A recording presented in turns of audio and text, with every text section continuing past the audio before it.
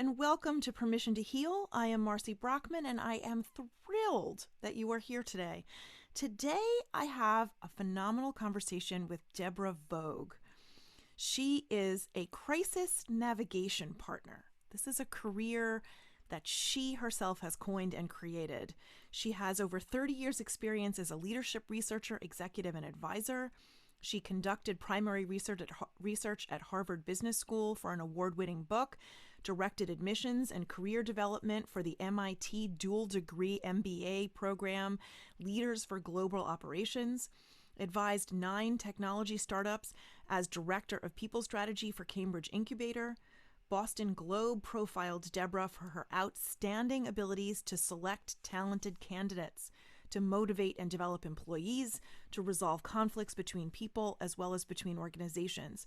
Her work has also been featured in Forbes, U.S. News and World Report, and more, and now on Permission to Heal. So we talk a lot about what a crisis navigation partner is and what a crisis navigation partner does and who are the ideal clients of this crisis navigation partner. She talks a lot about how to create healthy relationships and have conversations with people that are true to your values and true to your boundaries. She's got she's got a 10-question quiz to show women their competence archetypes, personality type quiz to show you what your competence archetype is. And I took it. It's fun. I love taking online quizzes like that. She also has a virtual course called How to Win-Win Any Difficult Conversation. And we talked about being single moms, and we talked about parenting, and we talked about our children, and we talked about meditative art. Very cool. Very cool. So stay tuned. You're going to love it. Welcome to Permission to Heal. I am Marcy Brockman, and I am so glad you're here. In this podcast, we engage in meaningful, deeply human conversations using our voices to inspire connection, compassion, understanding, empathy, and wholehearted wellness. I want you to find the courage to transform yourself no matter what others tell you. Only you can give yourself permission to trust yourself, permission to take care of yourself, permission to follow your heart and desires, and build a life of love, home, and belonging. Through sharing our stories, we will help each other to heal and create the healthy, meaningful lives we richly deserve.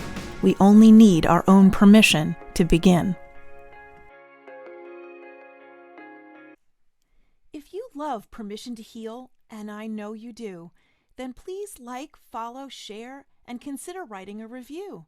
These simple activities will go a long way to making Permission to Heal more visible and available to a larger audience. I need your help. Getting the word out about PTH and your like, follow, share, and review are exactly what I need to make that happen. Thank you so much for listening. I really appreciate you.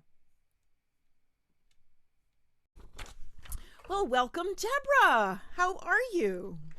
I'm great, thanks. So good to see you. I'm excited to be here. Yeah, it's fun. It's fun. I love podcasting. I feel like, it's like this intimate little conversation between you and I, and yet we don't know how many tens of thousands of people are listening. Yeah, tens of thousands. All right. Well, let's hope. Yeah. Here's hoping. So, okay, let's just jump in with the 6 quick questions, and then we'll get into talking about crisis navigation. Okay. Why not, right? So what 6 words would you use to describe yourself? Wow. Compassionate. This is how I try to be. Compassionate. Goals insightful, are good. Inspiring.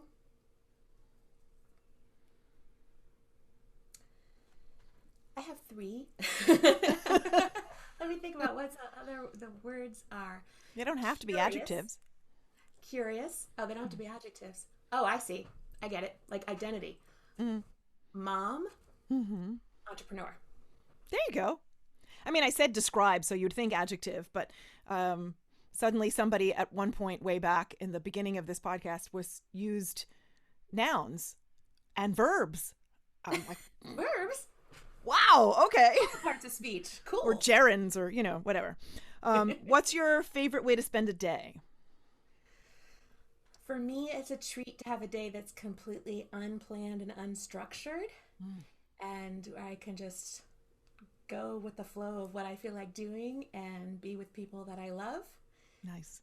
I love to be at the ocean any time of year. So if there's a walk involved and it's on the beach, even better, regardless of the weather. Nice. Yeah, I like the beach in the winter. Mm-hmm. The fall and the winter and early spring better than the summer. I don't really like to go to the beach in the summer. It's too hot. It's too crowded. I don't like sweating. I don't like sweating either. Yeah, I'm happy. but I'll wear now. I'll wear headphones as earmuffs and walk the boardwalk in February. Why not? Number 3. What is your favorite what is your favorite childhood memory? That's it. Childhood memory.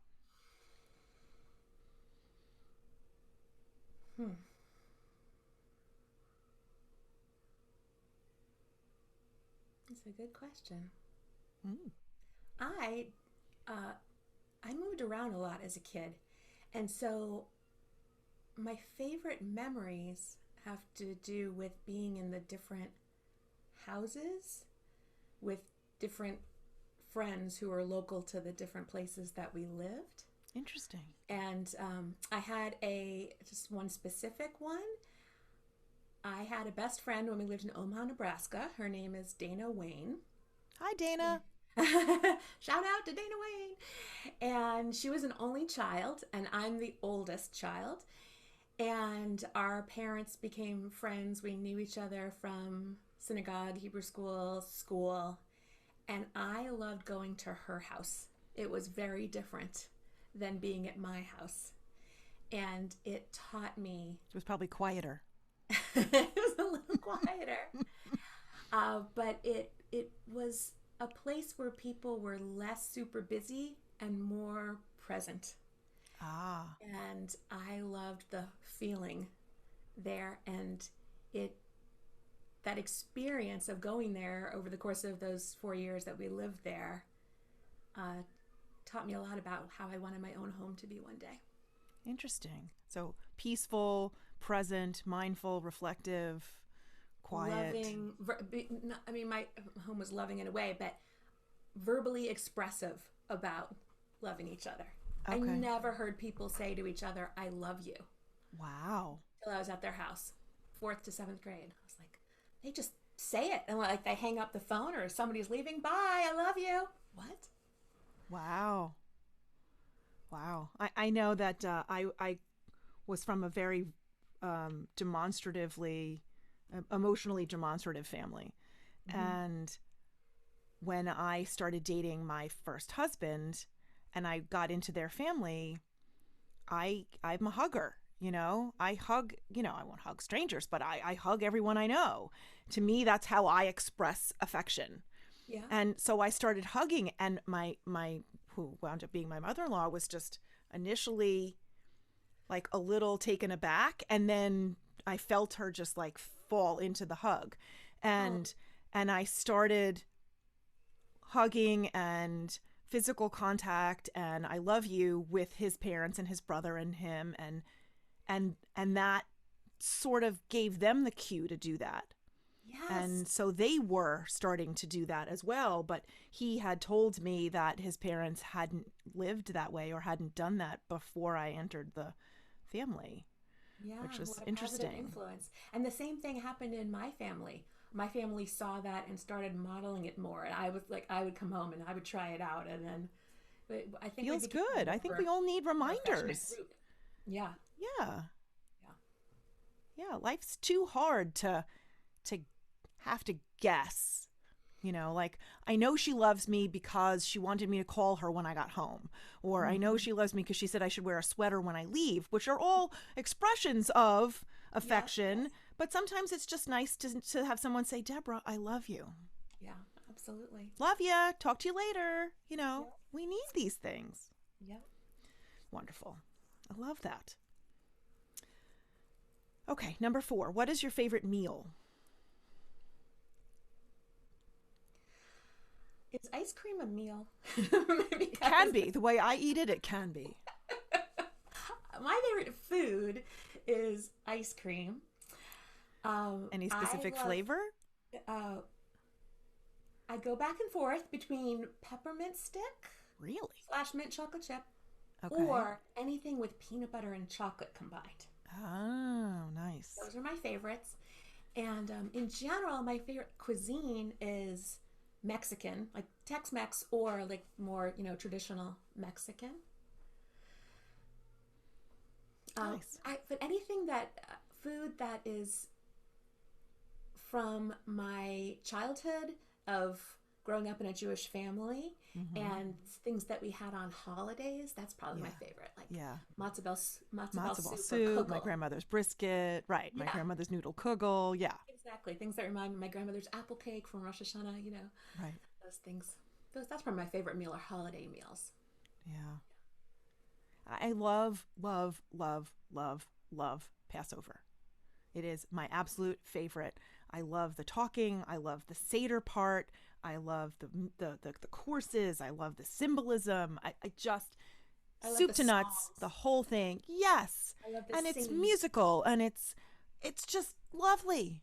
Even we do our own reformed, strange, family adaptations with all sorts of I just love it. It's my favorite.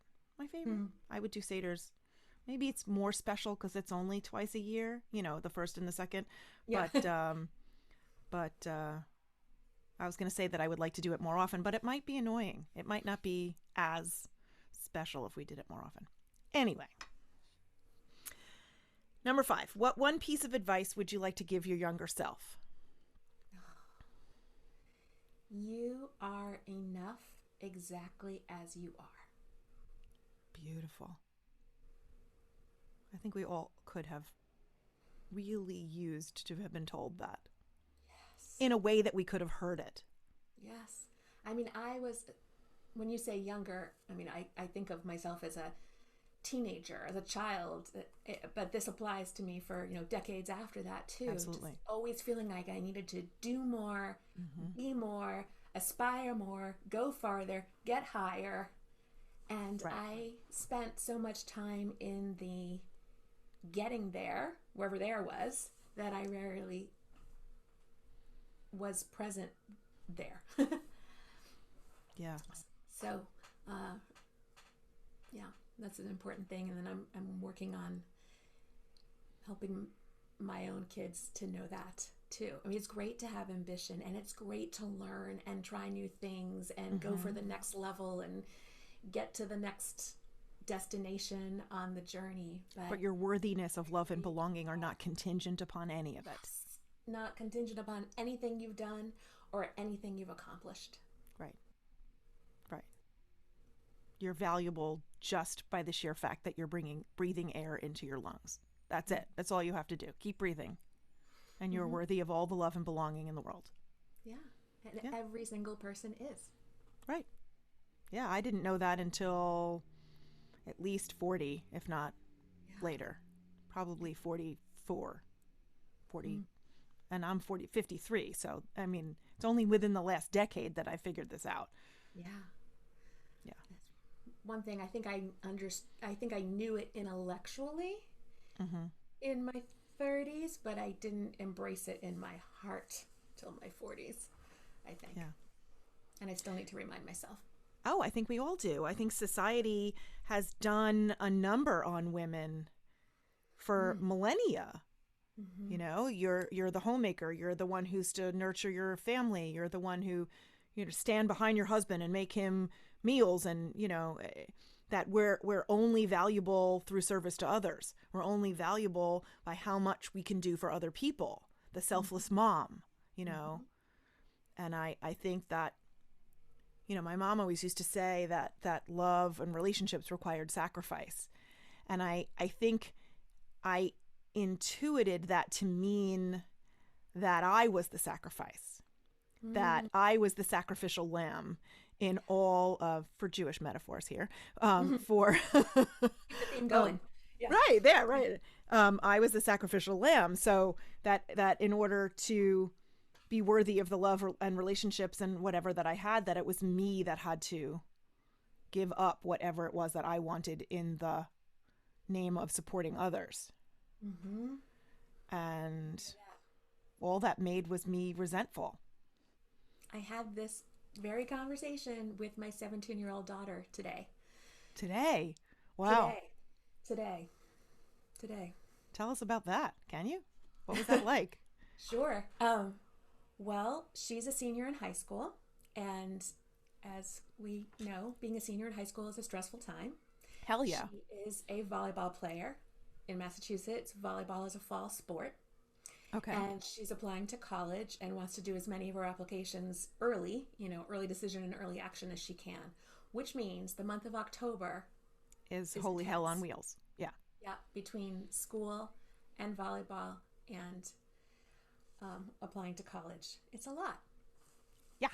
And I am fortunate enough that timing worked out for me, that the minivan I bought when my son was 1 in 2003 is still going. And so I didn't know how much longer it was going to be going. And in February of 2020, I bought another car. Okay. So now the minivan's still running. So my kids can use the minivan. My son is a freshman in college, so he's away. So Kira gets to drive this hunk of metal around wherever she goes, which is great. However, she feels like she has to give everybody rides, spend all the time doing all the carpooling, and she wants to make other people happy. And I'm trying to teach her this lesson of give from the saucer, not from the cup. Ooh, nice. When you do that, you will have enough energy, not all the time, but sometimes over the course of your lifetime, to be very generous with other people in the way that you want to. But right now, you're feeling completely drained and depleted. You don't have to drive so-and-so home just because you said you would, because in fact, you have somewhere else you need to be, and I don't want you missing that because you're driving her home. But I already told her that I would drive her home. But I'm so sick of people asking me for things, and then I'm feeling resentful. That's a very natural reaction when you don't say no, that you start feeling resentful of what you're giving because you're not giving from the saucer. You're drained right now. Absolutely. You're like an empty cup at the moment, and you need to take care of yourself.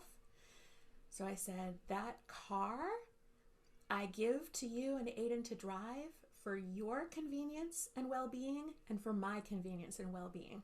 That's it. And I'm saying that that's absolutely, those are my priorities in that order. First you, then me.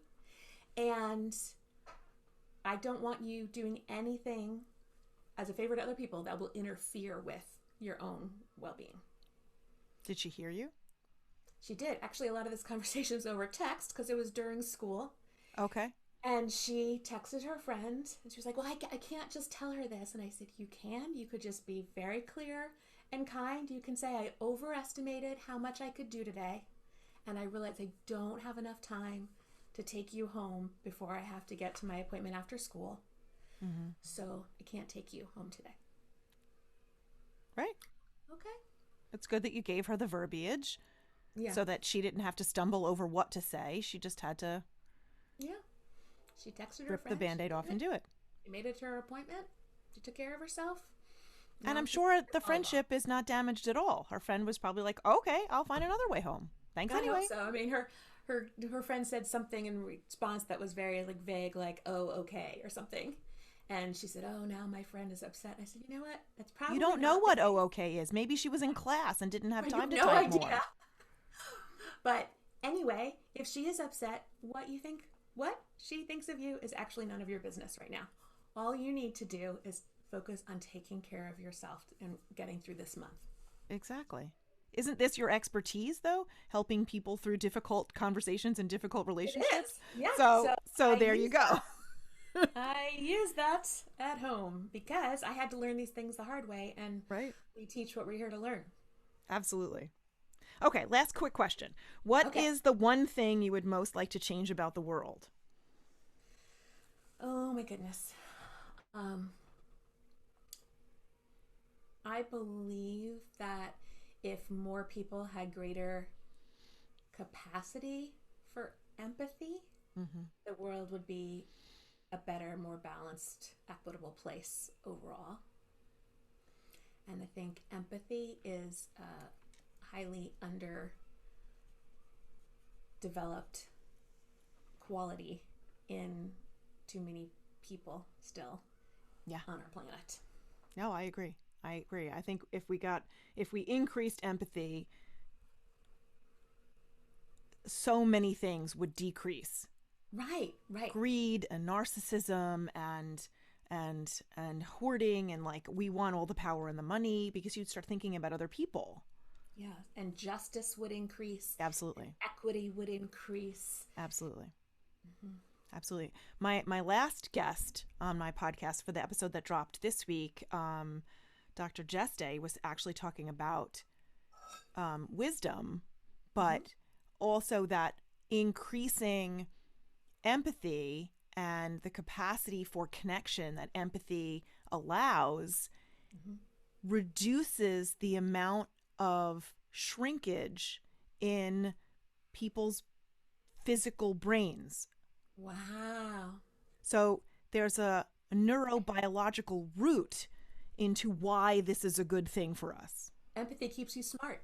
That's so interesting. Right. What a soundbite. I think he said hippocampus. Don't ask me. He's the PhD. I mean, he's I'll the listen to the episode. I'll find he's out. the doctor, the MD, neuropsychiatrist. I'm the English teacher with the podcast, so I don't know.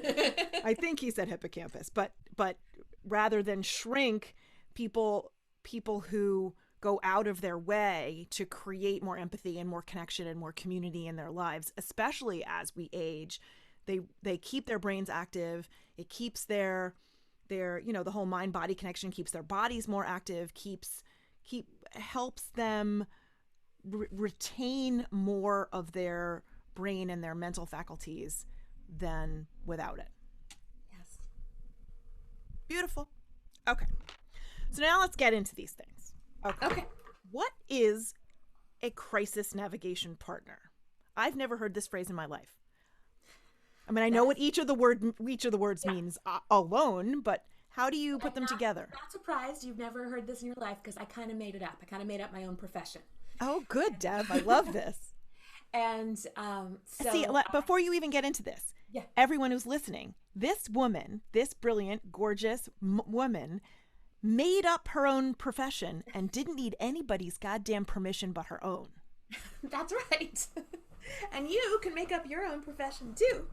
It's totally fine with me. I sign everyone's permission slip to do it. They can sign their own damn permission slip. It's permission to heal. You don't need anybody's permission but your own. You're exactly right. Touche. Okay. So, anyway, a crisis navigation partner is a designated confidential resource to help you lead your way through difficult situations to the best possible outcome. So what that means for me is that I work primarily with women, primarily with leaders, but I work with men as well, to help them with challenging situations they're facing personally or professionally. And the challenge could be coming from the personal context or the professional context. But either way, it's going to affect you personally. And I help by being a thought partner, by connecting you to the right resources. I do outsourced research projects. Like, you can outsource the research to me if you don't have time to get all the information you need in order to make the decision under pressure. And I help people strategize their communications. Wow. So difficult conversations come part and parcel in crisis. And I help people figure out what it is they want to communicate and how to say it. Wow. So do people contact you for short periods of time or extended periods of time?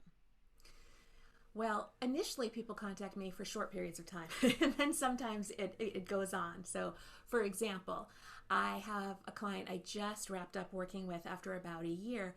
She came to me as a vice president of marketing whose partner had been diagnosed the month before with glioblastoma. Life And partner so or business partner? her life partner. Okay. They were not married.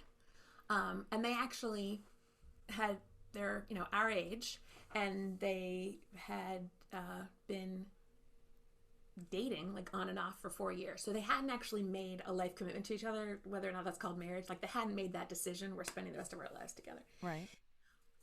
But she was his primary person, and he was going through brain cancer. And she was doing everything she could for him, and it was affecting her experience at work and her career and her own health, actually. And so we worked together to figure out a plan to make it more manageable so that she could show up for herself and him at the same time. I mean, that's a tough nut to crack. Yeah. We haven't said I do's. We haven't really committed ourselves to one another completely. And yet I'm now your responsible person for all of your medical decisions. And so, it was kind of dancing through that and figuring that out. I mean, is she actually responsible for his medical decisions if they haven't made that commitment? And she had to learn to put herself back into that equation. A lot of times the people I work with are what I call the person zero in the crisis. They're the person with the diagnosis. They're the person who just got divorced. They're the person who has to lay off all the other people at work.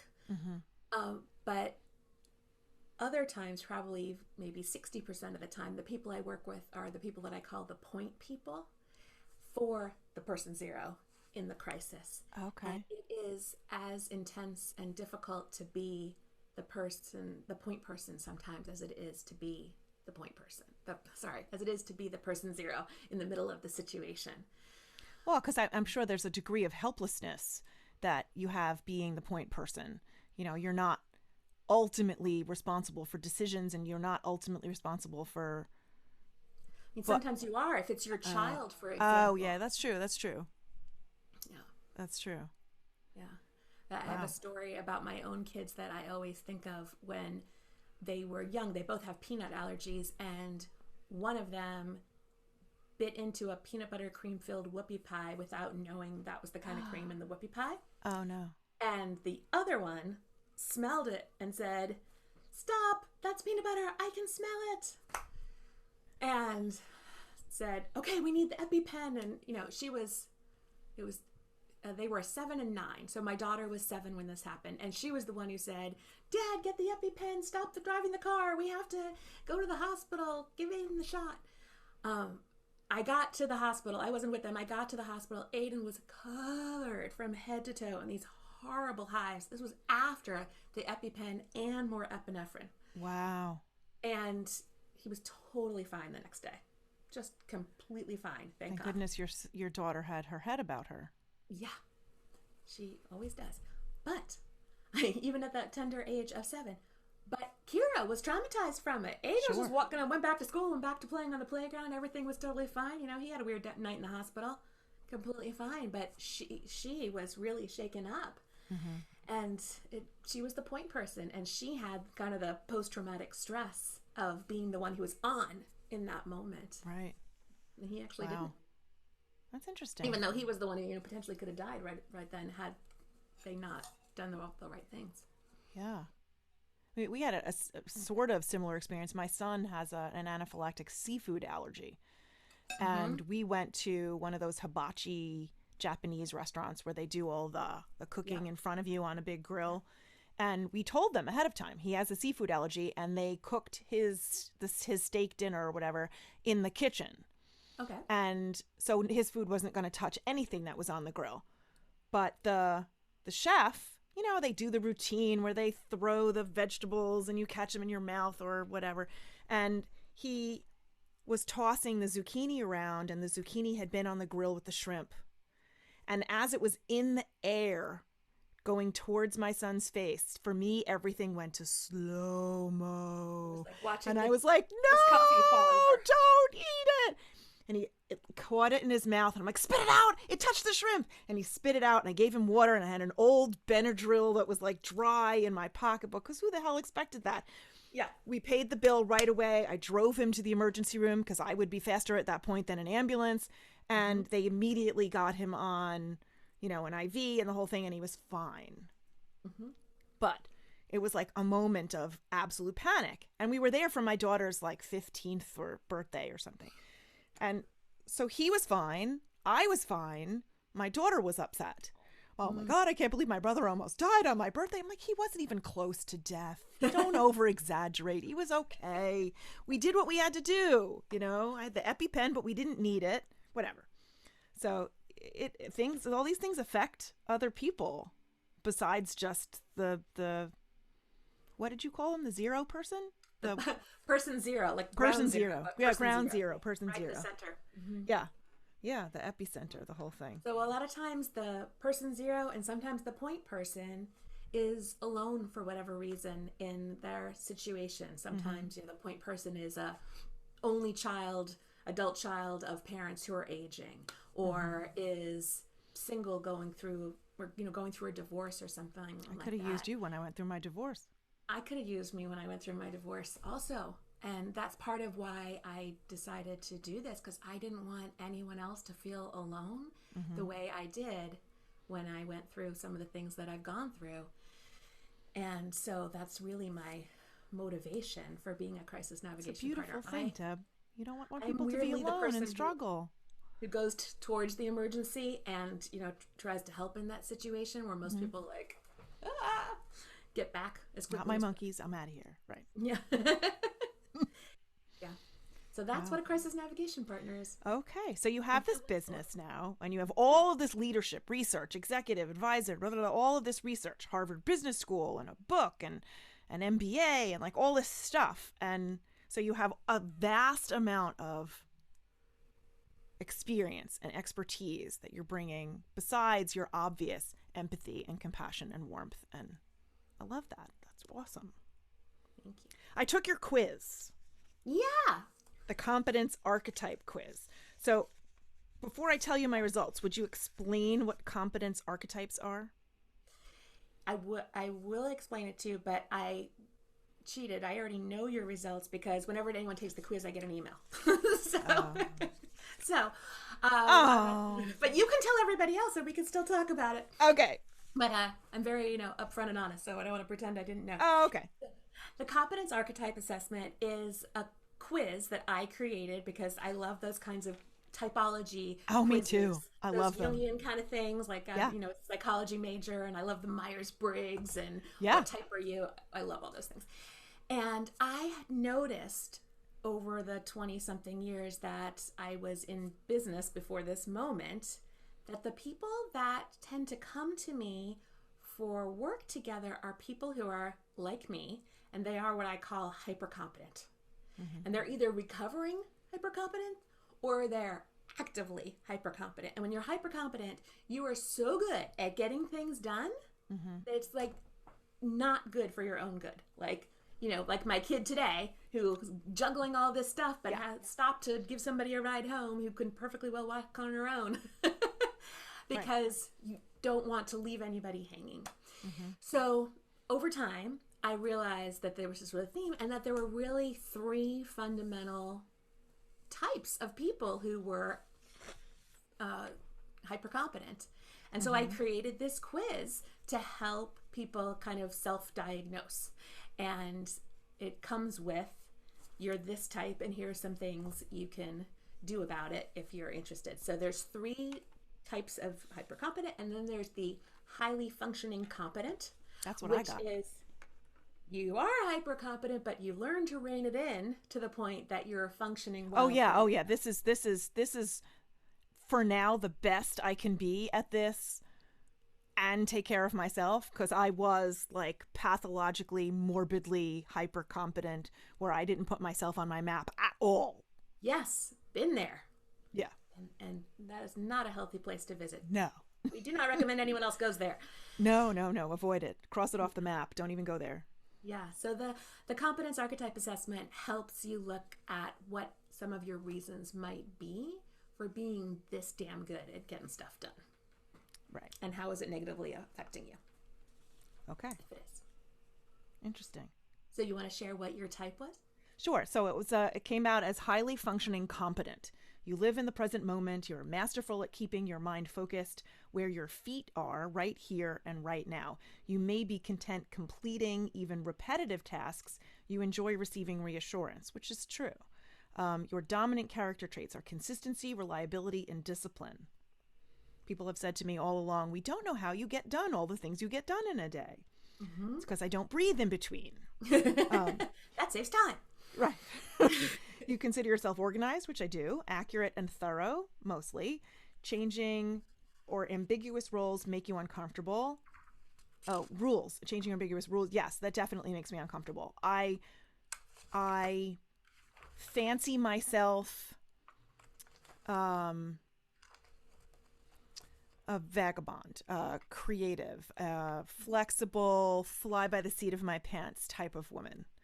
And I'm disappointingly not like that.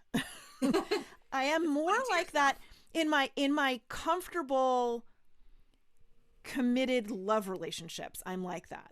Mm-hmm. Like I'm like that with my husband. I can be that way with my children. I'm like that with my siblings. You know, but when it comes to my teaching job or it comes to schedules, I like a plan. I want to work a plan. Mm-hmm. I know I'm more comfortable knowing what my schedule is. Don't tell me 10 minutes before you want me to do something that you want me to do it. I'll get it done because I always do, but I'm going to bitch about it. You know, it's just, I want to know what we're going to have for dinner. I want to know who's cooking. I just want to know, you know? So if we're going to spend Passover together at your house and you're going to make what you're going to make and I'm going to make what I'm going to make, that's the way it's going to be. Mm-hmm. Don't tell me 20 minutes before that we're doing it at someone else's house, because I'll still show up, but I'm going to be like, first. And I'll get all of that angst out before I see you. This will work for us. We can do Seders together. This will work. I, too, want to know a month from now, what are you making? What am I making? Right. I started asking people about Thanksgiving already, and they're all like, I don't know. Well, I kind of got to know, don't I? It's out there. I started Hanukkah shopping already because I got to know. No. Whatever. Creative chaos rattles you? I don't know about this one. Okay. I mean, I'm taking it like the room that I'm in now that I do my podcasts from originally started out as just a spare bedroom in my house that I converted into an art studio for my daughter and I, because we're both painters. And so I've got like stacks of canvases and I've got paint and tubes over there and, you know, everywhere. So it's like, it looks like an art room, but it's also where I put my makeup on and it's also where I pay the bills. It's also where I do the podcast. So this is like the creative hub and the room is a mess. Okay. But it's an organized mess. Like I know where everything is. It just, someone else would come in here and they might not see what I see. But I don't like it when the rest of my house is a mess. Like right now, my kitchen counter has too much crap on it. And this morning while I was making tea before I went to school, I was actually physically anxious because there was too much stuff on the counter. Mm-hmm. And I thought tonight, after the podcast with Debra Woog, I am going to clean that goddamn counter because I can't stand the mess. But everyone else, I mean, it's just my husband and I now, but everyone else would just not even notice that. So that's what I'm taking about creative chaos. Am I right? Well, that is a valid interpretation. And it's kind of the question of what is chaos to you. So for you, that room is a mishmash of a lot of different things and purposes, but it doesn't bother you because it all makes sense to you the way that you have it. And it's your happy place. Right. So maybe I wouldn't call that chaos. Or maybe you wouldn't consider it chaos, but I don't know. Yeah, this is not, I really struggled with this because of all my own, like, you know, what is good enough stuff. Mm-hmm. This is like a Cosmo quiz. This is not perfect. And I realize this. This is not actually like dissertation quality. No. This may apply to you. Based on how you answered those questions today, this may or may not apply. So I'm thrilled that as many parts of this did resonate with you. And that some of it didn't. So this quiz is online and anyone can take it for free. And you get a little results report in your email when you do, with some suggestions of what are some things to do next to make your life even better. I do have another question about this, though. Third paragraph, it says, perhaps you are a natural type B personality, or perhaps you're a recovering type A. I don't know what that means. Type A personality? It's like somebody who's like obsessive and like... Yeah, you need to like check everything off the list. And, you know, on the Myers-Briggs, that person would be kind of a J at the end, where they like things nailed down and they want to know what we're having for Thanksgiving dinner, but it's still October. Right. I'm a J. But I'm a borderline PJ, perceiving J. Uh-huh. Borderline. Yeah. So, all right. So, and a type B personality is what? A little more come as you are, free to be you and me? A little bit more easygoing. I myself am a recovering type A. I am not a type B. My son just kind of goes with the flow. It's amazing. I've never seen anything like it. Totally works for him. Just bobbing along. Yeah, my son's like that too. He's ambitious and goes after what he wants, but he knows when to relax, and he knows how to relax, and he knows how to unwind, and yes, that's the distinction. Mm-hmm. Yeah, I don't quite know how to do that. I'm like full throttle or asleep. Although, I mean, I've only been married for almost 5 years, and my husband Michael's teaching me how to relax. Like, I used to not be able to even watch TV without a project in front of me. Like, I felt guilty if I wasn't multitasking every moment that I was awake. Mm-hmm. Like, I have to be folding laundry or paying bills or whatever it is that I can do that's productive while I'm watching television. Or I can't watch television. Like, you're not allowed. I'm not allowed. Right. Yeah, it's a sickness. One to which I relate. Yes. Okay. So your prescription here. I like the way you have this. Go schedule at least 1 2-hour block of time for creative renewal. Spend the first hour and a half doing whatever you feel like doing at the moment, as long as you aren't hearing other voices. And you can color, go for a bike ride, take a nap. I like that. For the last half hour, write a free response in your journal to the following question. What makes my heart sing? Repeat once a week for 4 weeks. I could get behind this prescription. This is great. Because when I feel overwhelmed, anxious, emotionally depleted, I turn to art and writing. That's been my go-to since 1983 when I was, 13, 14 years old. I write, I draw, I paint, but it allows me to process. It gives my brain some time to rest. I don't actually have to think about the thing that I'm thinking about or trying to not to think about, because I'm now focused on this creative thing that I'm birthing, you know. Yeah. That's so beautiful that you have that. And not everyone has figured out what that is for themselves yet.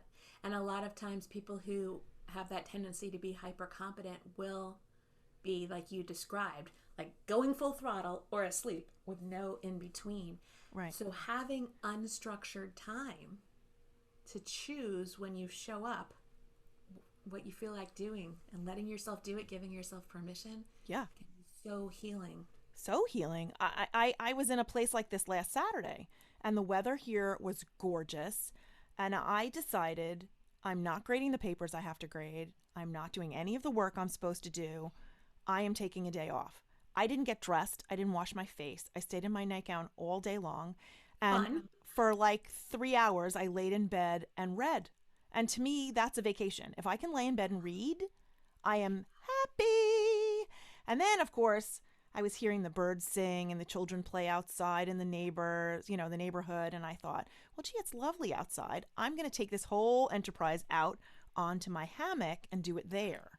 So I took my blanket and my pillow and my book, and I laid out in my hammock, and I stayed out there until the bugs drove me back inside. But I literally did not get dressed or wash my face, and I was... Sounds like a fantastic day to me. Happy. Yeah.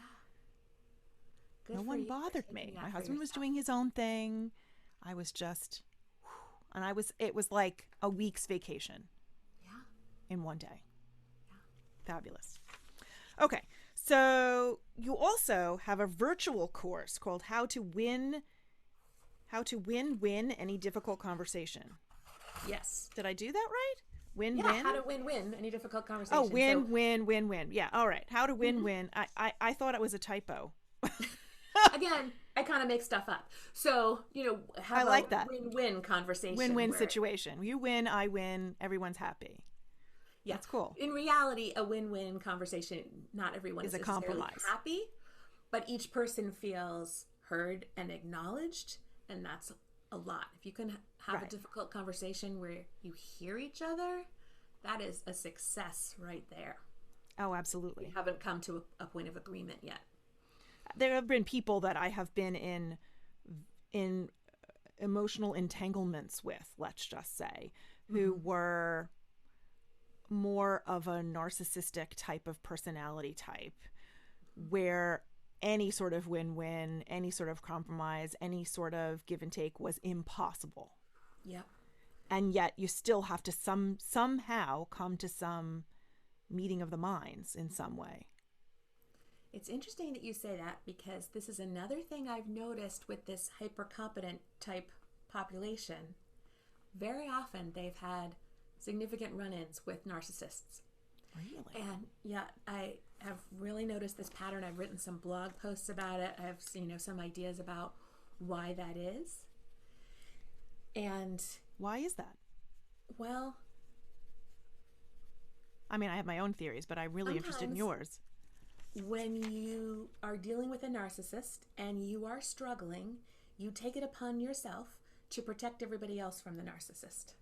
And that means you're running around cleaning up all the messes that the narcissist is constantly creating, because that's part of the personality disorder.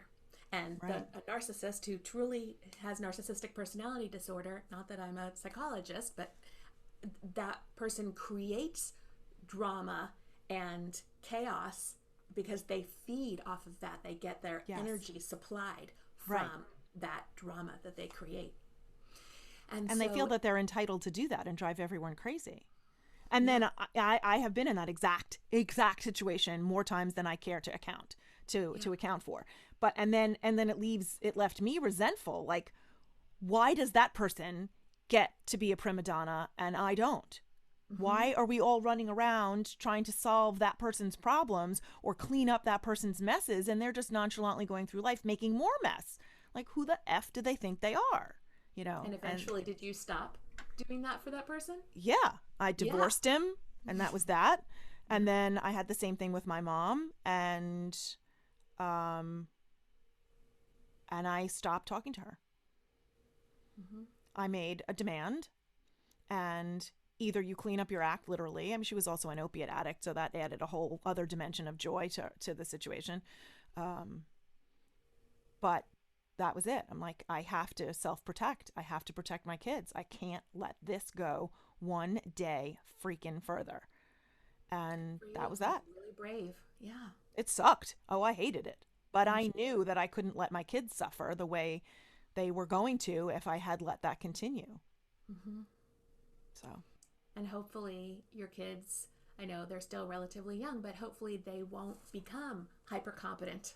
No, we've fixed it. My son, there was no danger because he's, the laid back scientist guy. My daughter had some anxious tendencies and some of that residual stuff, plus things of dealing with her own relationship with her dad. But that's her story. But yeah, I've gotten her enough therapists and have counteracted that as much as possible, where she's not like that now, which is good.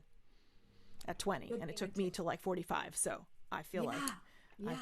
Yeah, nuts. Oh my God, such heavy things. We live such tangled, deeply confusing lives. Yeah. As humans, it's hard to know how anything came to be in the first place, and then how to manage our own lives, our own feelings, our own thoughts and desires and inner dialogue, and what our inner knowing says, and manage to take care of the relationships that we want, that are important to us, that are healthy and not toxic. And it's so hard. Mm-hmm. Life And then is a lot.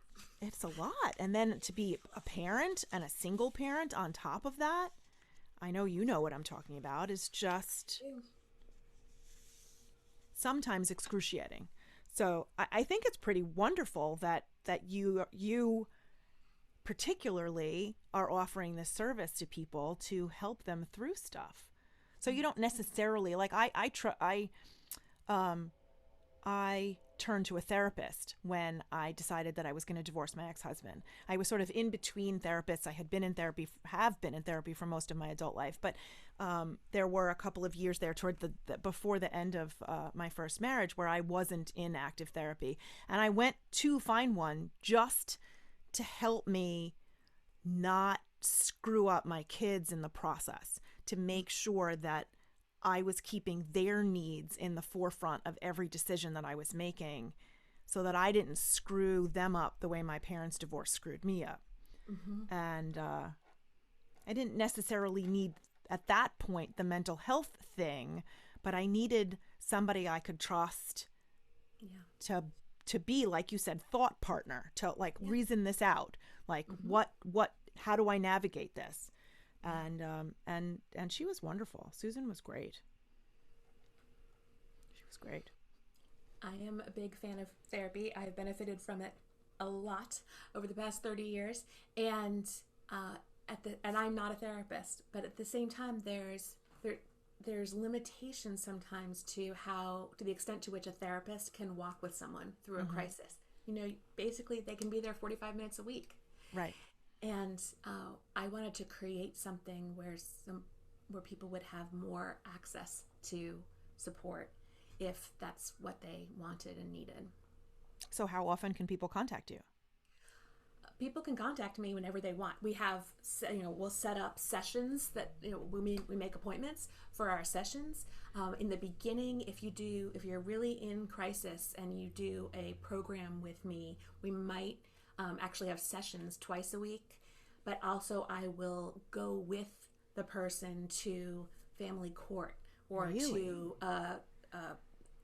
IEP meeting with the school district, or to some difficult situation they have at work, to a negotiation, and interesting. Stand by them literally and metaphorically during that time. So that's something that I can do. Such a huge comfort to have somebody there, if you don't have somebody that you can trust and depend on, to have your support and interest at heart. Yeah.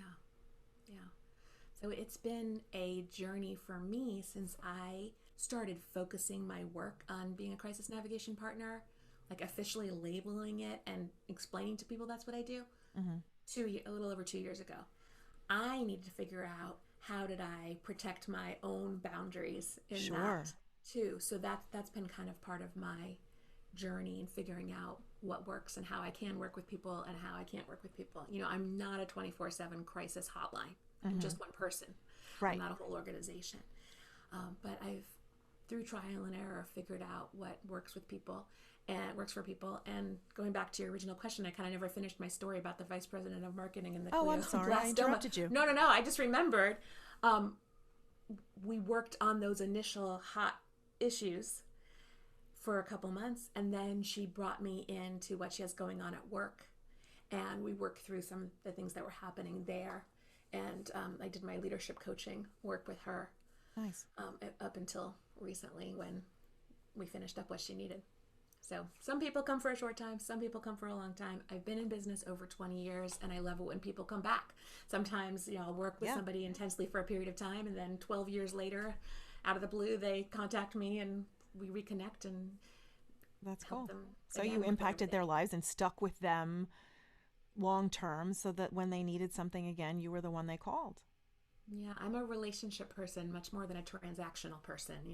I don't want to have a zillion relationships. I want to have a smaller number and really pay attention to them. That makes sense. So, so what are the main ways that you recommend people to get through a crisis? Like if they're in an emergent thing, what what kinds of strategies can they employ to help them figure their way through that? Well, first of Was all, that clear? I'm not sure if that question was yeah, clear. no, I understand the question. So first of all, I want to say that I think, not to be a downer, but crisis is inevitable in our lives. Life is a lot, like we were saying before. Yeah. And every time I give a talk and I have people in the room with me or on Zoom, if I can see them, I ask people, I just kind of define crisis for them. And then I ask people, raise your hand if you've ever been in a crisis. And every time it's close to 100% Everyone. of the people, if not everybody. If you're going to live a long life, you're going to be in crisis multiple times. Right. So we don't know the scope, we don't know the timing, we don't know exactly what the content is going to be, but there's things you can do to kind of prepare and develop those muscles so you'll be in better shape when you are in a crisis. And those are similar things these that you can employ. You can be more ready to employ those things when you are in a crisis. So your question is, what do I recommend for people in a crisis? So I think about the 3 C's of crisis management. They are communication, community, and capacity. So the order doesn't really matter, but I'm just going to start with capacity because that's top of my mind right now. Let's look at everything that's on your plate, the person going through the crisis, and first of all think, what can we set aside? What can we delegate? What can we let go of to expand your capacity? Because part of the definition of crisis is that you can't keep going with life as its regularly scheduled programming. Right. You have to prioritize and eliminate things that aren't necessary. Yes. So that's a big piece. So if we can expand your capacity, that's critical. And then look at who is your support system. You might not need a crisis navigation partner. You might have family that you're close to that's nearby, or chosen family, friends who can be there for you. And if you're not, a crisis navigation partner can be part of your community during that time. And then communication is all about those being vulnerable and saying things that are hard in the moments of the crisis. You might have difficult decisions to make. You might have to decide what kind of treatment are we going to employ for this person. Mm-hmm. You might have to decide what the strategy is going to be. Should we keep trying to work with this school district to meet the needs of my child, or should we go a different direction? And that takes a lot of clarity about what your priorities are and what your values are. Mm-hmm. I think making decisions from a place of values can really ease the decision-making process. Yeah, and that makes a lot of sense. If you can communicate those values, it's a lot easier to have people understand you if you can be clear about where you're coming from with your choices. That makes a lot of sense. That makes a lot of sense because you're not grasping at straws. You're not guessing at things, because if you can be in touch with what your value is around that, then your good decision, your best decision is parallel to that, is in line with that. It makes a whole lot of sense. Yeah. I like that. Nice. You're also an intuitive painter. I just saw this on my own research sheet here. Yeah. We really are like sisters from other families.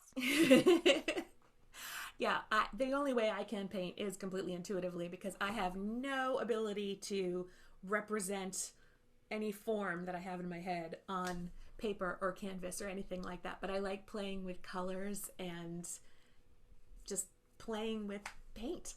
And I'm not an artist. All my art looks like it was made by a kindergartner, and Aww. I'm fine with that. But it's fun. But it's fun. Yeah, so that's what I mean by intuitive painting. I actually took a class in intuitive painting a few years ago, and the whole message of intuitive painting is not to judge your work. But right. All these people in the class with me were actual artists, mm-hmm. and I had the easiest time because she'd say, use these things, make these things, so I would just do whatever.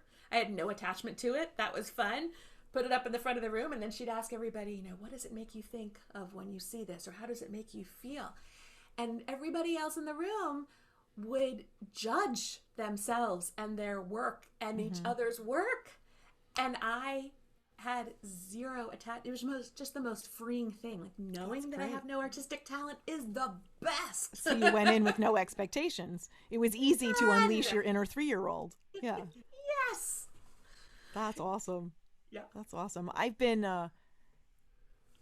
am mostly an abstract painter. I do landscapes. I don't do portraits because I suck at them. Everything looks like a Picasso, even if I didn't intend it to, and not even that good. I'm just saying, you know, like strange looking. But I have been doing, like, for the last, I want to say like 8 or 10 months, I've been obsessed with neurogenic art. What is that? Neurogenic art. It's like the painting that's behind me. Yeah, I see it. Okay. So those of you who are listening, you could go to the YouTube channel and take a look, or my website, because there's a bunch of them there too.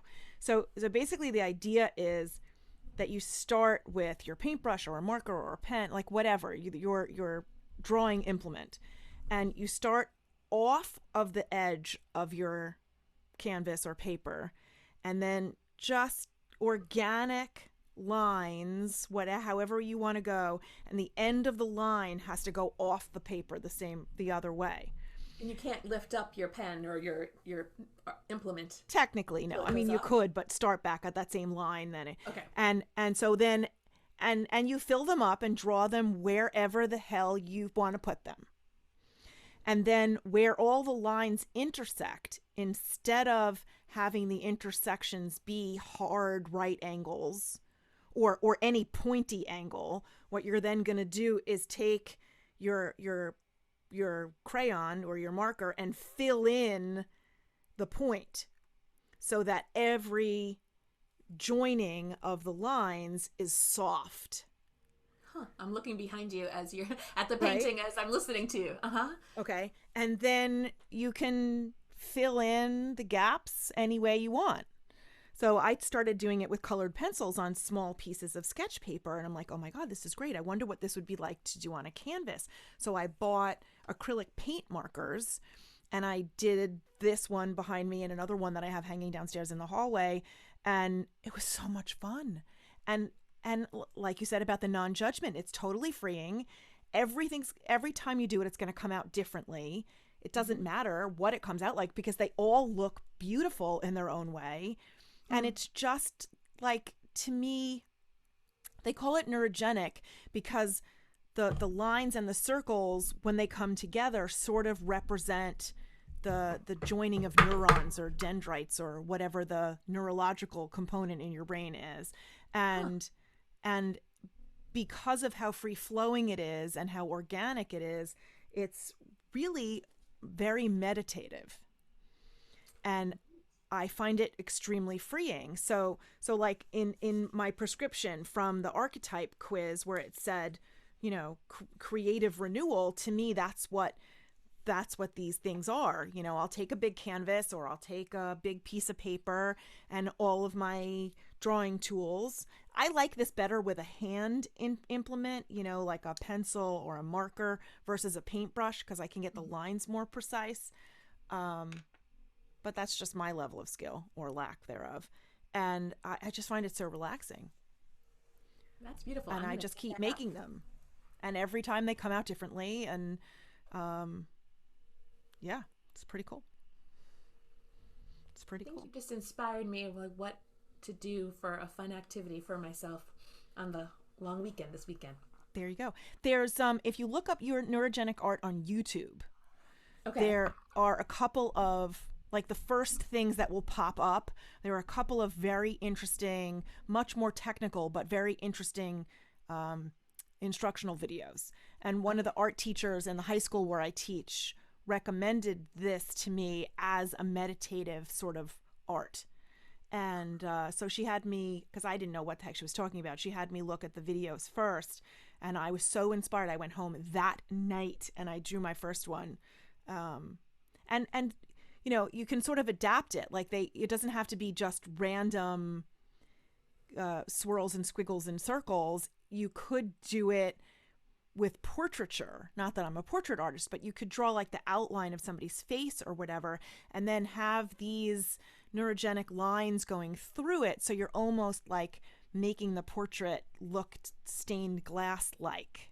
Oh, wow. You know what I mean? So it can be really creative. I don't do portraits, but I do a lot of florals when I paint. And so I created a few like neurogenic florals that I've framed because to me they look like stained glass. They're just so pretty, but it's just paper and acrylic paint marker. So I don't know. I just love it. You have inspired me. And on my website, marcybrockman.com, there are a bunch of samples. I put up a bunch of them that I've been doing because I just love it so much. So anyone wants to look. Well, Debra, this was so wonderful. I love this. I feel rejuvenated. I feel inspired. I do too, because you've inspired me.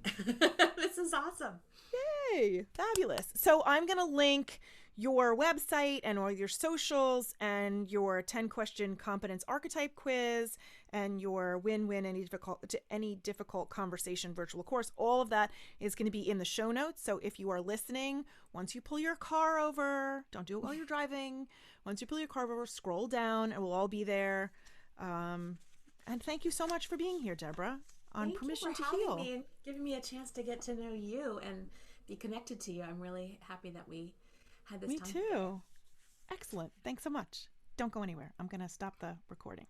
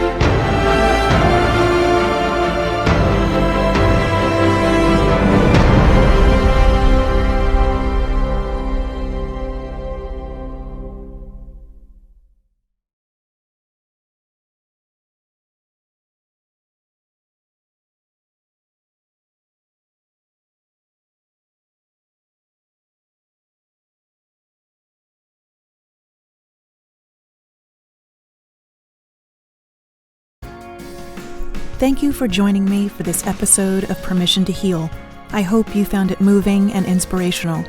Please remember, you don't need anyone else's permission to trust and follow your heart. You have the power within you. Subscribe to Permission to Heal so you don't miss any new episodes, and please share this with your friends.